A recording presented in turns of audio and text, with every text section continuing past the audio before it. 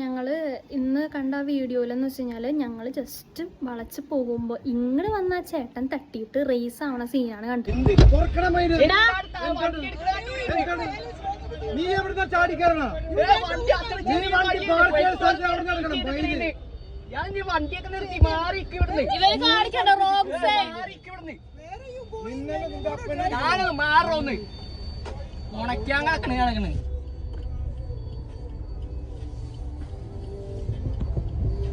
കൈസ് ഇങ്ങോട്ട് വന്ന് നമ്മുടെ വണ്ടിയിൽ മുട്ടിയിട്ട് കിടന്ന് പറയണ വർത്താനമാണ്.